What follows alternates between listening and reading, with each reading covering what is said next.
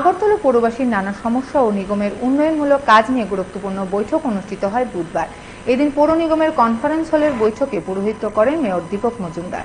সঙ্গে ছিলেন deputy mayor Monika Das Dutta, commissioner doctor Shailesh Kumar Yadav সহ বিভিন্ন ওয়ার্ডের কর্পোরেটররা। বৈঠকে কোন কোন এলাকায় কি কি সমস্যা রয়েছে সেই সম্পর্কে অবগত হন মেয়র। একই সাথে নিগমের উন্নয়ন নিয়েও বৈঠকে আলোচনা করা হয়। বর্ষাকালে এখন শহরে জমা জল নিয়ে সাধারণ মানুষকে সমস্যায় পড়তে হবে না বলে স্পষ্ট জানিয়ে দেন মেয়র।